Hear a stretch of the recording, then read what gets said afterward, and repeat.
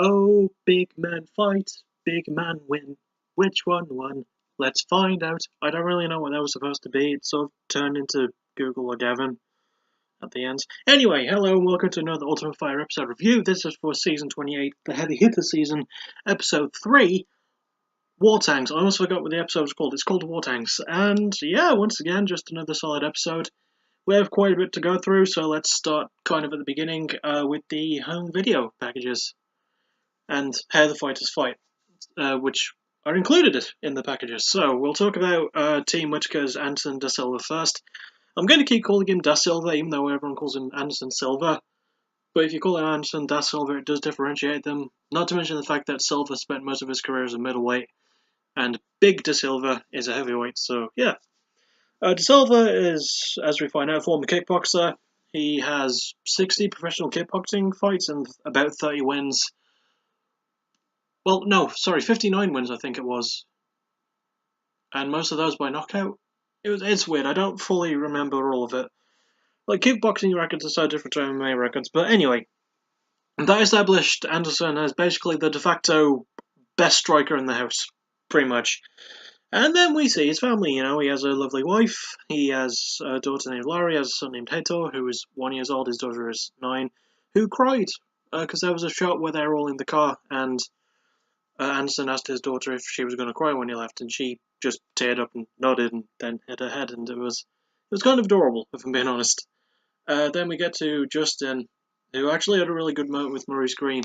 He put a picture of his family, Justin did, he put a picture of his family up, and he said, I look at my wife and I wonder how I landed her like someone as big and ugly as me. I was like, I mean, he's not the worst looking bloke, but how do fighters get the best wives? Like, they have such beautiful wives. I'm trying to figure that one out. Anyway, yeah, we go into his background. He is mostly a wrestler. He actually finished most of his fights all of his fights in round 1, all under 3 minutes at least, before he came to the Ultimate Fighter, and he had like a 5-8 win streak, then lost one, then won a few fights in the last one, then won a few fights in the last one. He's got a pretty good record. He's got a good experience. And between the two, between him and Silva, Frazier is the wrestler of the two. He's used to taking things to the ground and throwing big, heavy strikes as well, and we'll get more into that as when we get to the fight. But one thing that was quite impressive, because we're going to talk about how they were trained now. Anderson basically stuck to what he knew. His kicks are brilliant. He landed some really good body kicks. Well, like we saw his kickboxing, he's got really great body kicks and leg kicks, especially leg kicks, because he had a fight with Maurice Green years ago in a kickboxing organization. I was going to say K1. I don't know if it was K1. Who cares? But yeah, they had a fight, and I believe Anderson won by decision. I don't fully remember that fact. I think Anderson won. It was a decision, I believe. Yeah, he did. He won. I just remembered. And he landed a lot of really good leg kicks as well, and Maurice kept falling over from those leg kicks in that fight. So, yeah, and Anderson da Silva got really good kicks, and suddenly my cat is joining me. Hi! Give him a fuss. And Justin, we focused mostly on his wrestling. But there was also an attitude change with him, because in episode 1 he was getting winded quite easy, his cardio wasn't really up to snuff, and he's probably the heaviest guy in the house. I mean, he was the only one who was really overweight, which is very weird to be overweight when you're a heavyweight, but the limit is 265. Thankfully, before the fight itself, he did make the 266-pound weight limit, so he made that. And the dude was like, he showed his confidence in it, you know? He showed that he was willing to put everything he knew to the test.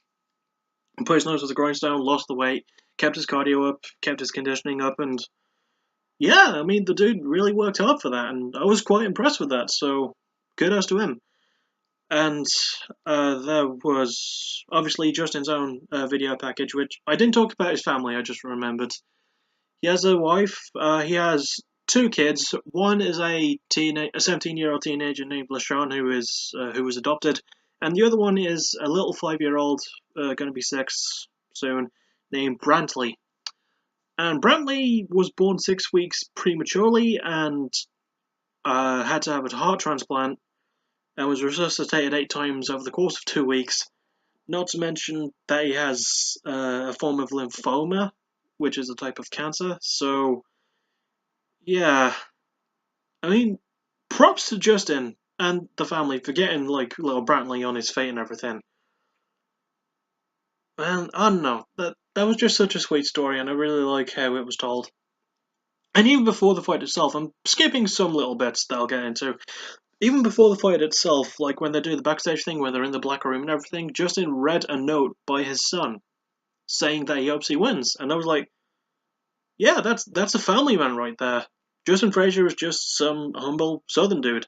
And as I've discussed last season, I'm a sucker for a humble Southern dude, like Bryce Mitchell was in season 27. Just a really cool, down to earth guy, you know? Not a lot to complain about, really.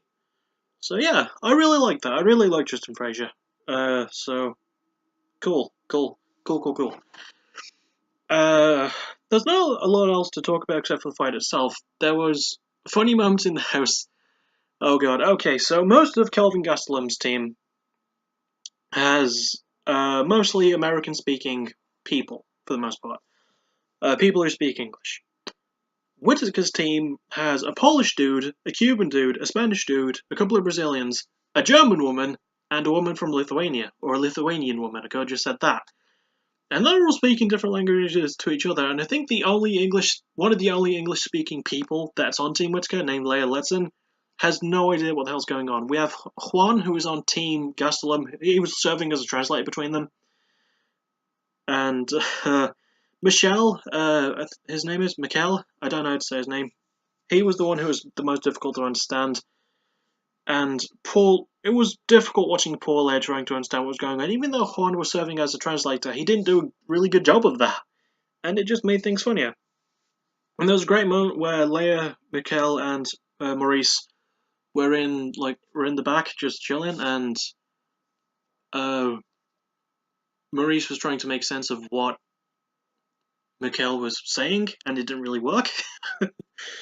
Was it Mikel? Well, it was Mikel. Was it Leia? I think it might be Juan, and then he just up and left because I know he had better things to do. That's the part I don't remember, but I just remember Maurice Green back in the black room saying he doesn't buy it. He thinks that the whole Mikel not being able to understand English thing is bullshit. And there was a great moment later on where he was doing an impression of him saying, "Oh, yes, I fight Olympics, I like ice cream, strong." That wasn't all of it, but that was the basics, and it was really funny. Made me laugh. The only other thing I can think of besides that is that they played water polo, which became the premise for the language barrier thing. Yeah, that's probably the least important thing I could think of. Then we reached the fight itself, and you know what? It was really good. If I'm being honest, probably my least favourite fight of the season so far, but it was pretty good. Justin Frazier won by unanimous decision. Round 1, he enacted his game plan so well. Even though Anderson de Silva is taller, Frazier went for a left hook and caught the knee as de Silva rose it and took him down, and yeah. I mean, the dude ground him down to the ground. And it's not grinded, it's ground, so saying ground him down to the ground doesn't really make a lot of sense, but you get what I mean. But yeah, he basically ground him out, pounded him out, landed a lot of great strikes. There was an elbow that cut up Anderson de Silva's face. In fact, most of Anderson de Silva's face was busted up by the end of the first round. He had a really bad cut on his right eyebrow there, a couple of bruises. Wasn't bleeding super profusely, but it was noticeable, you know? And round 1 was all Frazier. He stayed in that top position in the open guard and moved a little bit here and there for the entirety of the 5 minutes, basically, with the exception of maybe the first 3 seconds when he threw the hand and got the takedown. It was entirely his round, completely.